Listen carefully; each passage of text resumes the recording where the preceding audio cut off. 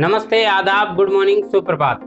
आप सभी जिले वासियों का फिर से स्वागत है न्यूज़ 21 राजस्थान की खास प्रस्तुति नागौर हेडलाइंस में। नागौर हेडलाइंस के जरिए हम नागौर जिले की तमाम दिन भर की खास खबरों को लेकर आपके बीच में हर रोज उपस्थित होते हैं।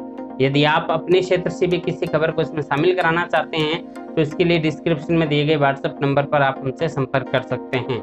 चलिए शुरू करते हैं आज की नागौर हेडलाइन। राजस्थान प्रदेश में कोरोना अपडेट। कल मिले 150 मरीजों के साथ कुल आंकड़ा पहुंचा 9,50,768। राज्य में पिछले 24 घंटों में 9 एवं अब तक कुल 8,884 की हो चुकी है मौत। पिछले 24 घंटों में 620 व्यक्ति हुए हैं स्वस्थ। वर्तमान में राज्य में 3,783 केस हैं सक्रिय। नहीं रहे फ्लाइंग सिख मिल्खा सिंह। चंडीगढ़ के पीजीआई अस्पताल में देर रात हुआ निधन। हाल ही में हुए थे कोरोना से नेगेटिव, लेकिन अचानक तबीयत नाजुक होने के बाद चंडीगढ़ के पीजीआई अस्पताल में कराया गया था भर्ती, जहां 91 साल की उम्र में जिंदगी की जंग हार गए मिल्खा सिंह। कोरोना संक्रमित होने के बाद करीब 1 महीने से जूझ रहे पूर्व ओलंपियन पद्मश्री मिल्खा सिंह का शुक्रवार देर रात पीजीआई अस्पताल चंडीगढ़ में हो गया निधन। फ्लाइंग सिख के नाम से दुनिया भर में मशहूर मिल्खा सिंह 19 मई को कोरोना संक्रमित मिले थे। इसके बाद फोर्टिस मोहाली अस्पताल में रहे भर्ती। बाद में परिजनों के आग्रह पर अस्पताल से छुट्टी लेकर सेक्टर 8 स्थित आवास पर ही करा रहे थे इलाज। बीते 3 जून को हालात बिगड़ने पर उन्हें पीजीआई में कराया गया था भर्ती। बीते बुधवार को उनकी कोरोना रिपोर्ट भी आई थी नेगेटिव, लेकिन संक्रमण के कारण बेहद कमज़ोर हो गए थे। शुक्रवार दोपहर अचानक उनकी तबीयत गंभीर होने पर बुखार के साथ साथ ऑक्सीजन स्तर भी नीचे गिरने लगा। पीजीआई अस्पताल के सीनियर डॉक्टर टीम की भरपूर मशक्क़त के बाद लेकिन देर रात उनकी हालत ज़्यादा बिगड़ गई। रात 11:40 पर उन्होंने अंतिम सांस ली। उनके निधन के साथ ही भारतीय खेल के एक युग का अंत हो गया। इस दुखद सूचना से देश और दुनिया के खेल प्रेमियों में शोक की लहर दौड़ गई है। संयुक्त किसान मोर्चा के बैनर तले शुक्रवार को कुचामन में जीलिया टोल नाके पर किसानों पर दर्ज किए गए झूठे मुकदमे के खिलाफ हजारों किसानों ने धरना प्रदर्शन करते हुए झूठे मुकदमे वापस लेने को लेकर कुचामन थाने का किया घेराव। मौके पर डीडवाना डीएसपी व पुलिस प्रशासन के आला अधिकारी सहित भारी पुलिस जाब्ता किया गया था तैनात। 15 दिन के भीतर कार्रवाई के आश्वासन के बाद किसानों ने धरना समाप्त कर हटाया घेराव। जानकारी के अनुसार पूर्व घोषित कार्यक्रम के अनुसार कुचामन स्थित किसान कृषि उपज मंडी में किसान नेता कॉमरेड अमराराम, कॉमरेड पेमाराम सहित कई किसान नेताओं की अगुवाई में किसानों ने दिया धरना। साथ ही किसान सभा का भी हुआ आयोजन, जिसमें प्रमुख किसान नेताओं ने सभा को किया संबोधित करते हुए प्रशासन को चेतावनी दी कि टोल नाके में किसानों पर दर्ज डकैती व मारपीट के मामले झूठे हैं, जिन्हें वापस लेना चाहिए। बदनाम कर रहे हैं तो कोई 1% या टेंशन नहीं है कि आप इतनी भीड़ को नहीं हुई या कम होया, कोई कम नहीं है, एक किसान ही बहुत है।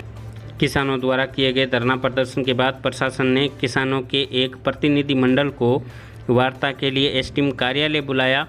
वार्ता में किए गए समझाइश के प्रयास, परंतु वार्ता रही बेनतीजा। दिन भर चले धरना प्रदर्शन के बाद जब पुलिस द्वारा किसानों पर लगाए गए मुकदमों को हटाने की घोषणा नहीं की गई तो आखिरकार किसानों ने कृषि उपज मंडी से रवाना होकर कुचामन पुलिस थाने का घेराव किया। घेराव के दौरान किसानों ने जमकर की नारेबाजी। आखिरकार एसडीएम व डीडवाना एडीएम ने मौके पर किसानों को 15 दिन के भीतर मामले की निष्पक्ष तफ्तीश कर कार्रवाई के आश्वासन के बाद किसानों ने धरना समाप्त कर थाने का घेराव हटा दिया। राज्य सरकार द्वारा हाल ही में 5,000 प्रबोधकों को वरिष्ठ प्रबोधक पद पर पदोन्नति करने पर अखिल राजस्थान प्रबोधक संघ शाखा मकराना द्वारा नागौर कांग्रेस जिला अध्यक्ष व मकराना के पूर्व विधायक जाकिर हुसैन गेसावत का किया गया सम्मान। इस मौके पर प्रदेश कार्यालय मंत्री मोहम्मद यूसुफ नकवी ने कहा कि लंबे समय से संगठन द्वारा प्रबोधकों की पदोन्नति को लेकर की जा रही थी मांग, जिसे राज्य सरकार ने मानकर दिया है तोहफा। इस संदर्भ में पूर्व विधायक जाकिर हुसैन गेसावत को किए गए निवेदन पर राज्य सरकार तक बात पहुंचाकर लंबित मांग को पूरा करवाने के उपलक्ष्य में रखा गया था सम्मान समारोह। गौरतलब है कि मकराना के 94 प्रबोधकों में से 48 प्रबोधकों को मिली है पदोन्नति। आज रहेगा मेड़ता कृषि मंडी में खुली नीलामी का अवकाश। मेड़ता कृषि मंडी अध्यक्ष हस्तिमल डोसी ने प्रेस नोट जारी कर दी जानकारी। आज 19 जून 2021 शनिवार को महेश जयंती के उपलक्ष्य में खुली नीलामी का रखा गया है अवकाश। जिला कलेक्टर डॉक्टर जितेंद्र कुमार सोनी कल रहे मेड़ता दौरे पर। मेड़ता में राजकीय अस्पताल में 65 लाख की लागत से निर्माणाधीन ऑक्सीजन प्लांट का किया निरीक्षण। हॉस्पिटल इंचार्ज डॉक्टर अखिल गुप्ता से कोरोना की स्थिति की जानकारी लेते हुए ऑक्सीजन प्लांट के लिए दिए आवश्यक दिशा निर्देश। वहीं नगरपालिका अध्यक्ष गौतम टाक की सराहना करते हुए हॉस्पिटल परिसर की 4 दीवारी हेतु एस्टीमेट बनाकर कलेक्टर ऑफिस भिजवाने के दिए निर्देश। इसके बाद मेड़ता के राजकीय बालिका उच्च माध्यमिक विद्यालय में आयोजित कार्यक्रम में जिला कलेक्टर द्वारा लाडेसर अभियान के तहत मेड़ता के रोटरी क्लब मीरा के तत्वाधान में कुपोषित बच्चों को वितरित किए पोषण किट। इस दौरान मीडिया से बातचीत करते हुए कलेक्टर ने बताया कि कोरोना की तीसरी लहर से बचाव हेतु पूर्व में ही की जा रही है तैयारियां। इस हेतु जिले भर में जारी है लाडेसर अभियान। इस अभियान के तहत कुपोषित बच्चों को आहार किट वितरित कर की जा रही है पूर्व तैयारियां।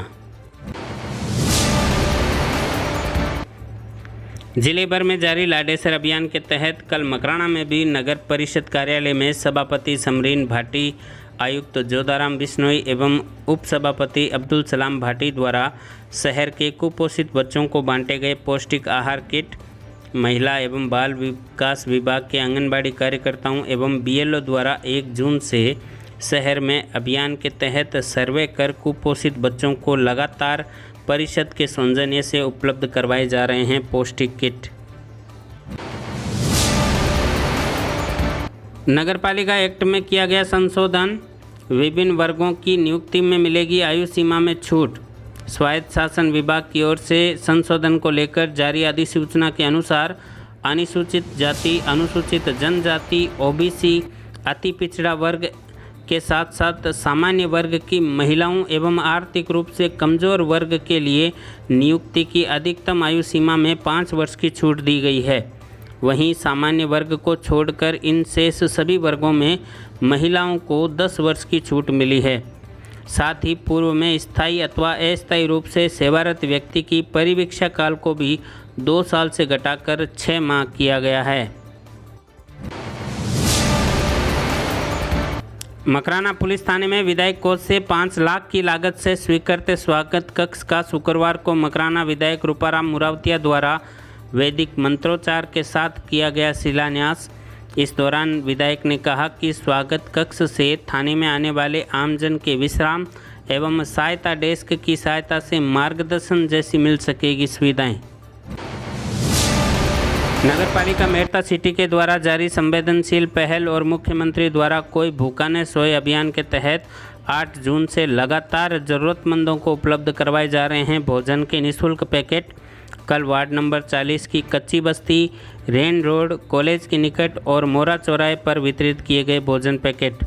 साथ ही नगरपालिका प्रशासन द्वारा हेल्पलाइन नंबर जारी कर ज़रूरतमंदों की सूचना देने की गई है अपील। ज़रूरतमंदों की सूचना 01590 220012 पर कॉल करके दी जा सकती है।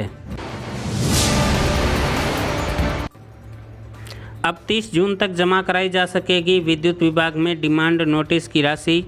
प्रदेश के विद्युत वितरण निगमों के अध्यक्ष दिनेश कुमार ने बताया कि प्रदेश में कोरोना महामारी की दूसरी लहर से लगाए गए लॉकडाउन की वजह से नए कनेक्शन के मामलों में उपभोक्ताओं को जारी डिमांड नोटिस की राशि जमा कराने की निर्धारित तिथि निकल चुकी है, परंतु ऐसे आवेदक अब 30 जून 2021 तक डिमांड नोटिस की राशि जमा करा सकते हैं। सीबीएसई की तर्ज पर आरबीएसई ने भी मार्किंग के लिए पॉलिसी बनाने के लिए 12 सदस्यों की समिति का किया गठन। यह समिति 1 सप्ताह के भीतर पेश करेगी अपनी रिपोर्ट। इसी रिपोर्ट के आधार पर स्टूडेंट को दी जाएगी मार्किंग। प्रमुख शासन सचिव की ओर से गठित इस समिति में माध्यमिक शिक्षा निदेशक सौरभ स्वामी को अध्यक्ष एवं माध्यमिक शिक्षा बोर्ड अजमेर के सचिव को सदस्य एवं सचिव बनाया गया है। दरअसल सीबीएसई ने 10वीं व 12वीं की प्री बोर्ड एग्ज़ाम पिछले सेशन में ली थी। इसके विपरीत राजस्थान शिक्षा विभाग ने 3 महीने स्कूल लगने के बाद भी एग्ज़ाम नहीं लिए थे। ऐसे में सीबीएसई की तरह पिछले 3 कक्षाओं के आधार पर परिणाम जारी करने में होगी मुश्किल। मकराना में भारत विकास परिषद के कार्यकर्ता सुरेंद्र रांदड़ व विनीता रांदड़ ने विवाह की वर्षगांठ पर बीमार एवं असहाय गायों की सेवा हेतु क्षेत्र में संचालित युवा हिंदू गौ सेवा समिति को 25,000 रुपये की दवाइयाँ की भेंट। इस मौके पर भारत विकास परिषद के कार्यकर्ता एवं दंपति के परिजन तथा सहयोगी रहे मौजूद। और अब अंत में मौसम समाचार। गर्मी से जूझ रहे राजस्थान वासियों के लिए है अच्छी खबर। खुशियों का मानसून शुक्रवार को 7 दिन पहले ही कर गया प्रदेश में प्रवेश। दक्षिणी राजस्थान के झालावाड़ और उदयपुर के रास्ते हुई है एंट्री। मौसम विभाग के पूर्वानुमान के अनुसार पिछले साल की तरह इस साल भी मानसून 24 जून के आसपास आने की जताई गई थी संभावना, परंतु 7 दिन पूर्व ही आए मानसून से प्रदेश में अच्छी बारिश होने की है संभावना। प्री मानसून से शुक्रवार को भी पश्चिमी राजस्थान में हुई अच्छी बारिश। करीब 40 mm बारिश से बाड़मेर, बीकानेर, चूरू में आम जनजीवन रहा प्रभावित। वहीं नागौर के परबतसर एवं अन्य पूर्वी हिस्से में हुई हल्की बारिश। दोपहर बाद बादल छाए रहे। रात में भी कई स्थानों पर बूंदाबांदी के मिले हैं समाचार। मौसम विभाग जयपुर के कार्यकारी निदेशक हिमांशु वर्मा के अनुसार प्रदेश भर के विभिन्न मौसम केंद्रों से आज सुबह आने वाली रिपोर्ट से तय होगा कि मानसून के आगे का रूट क्या होगा।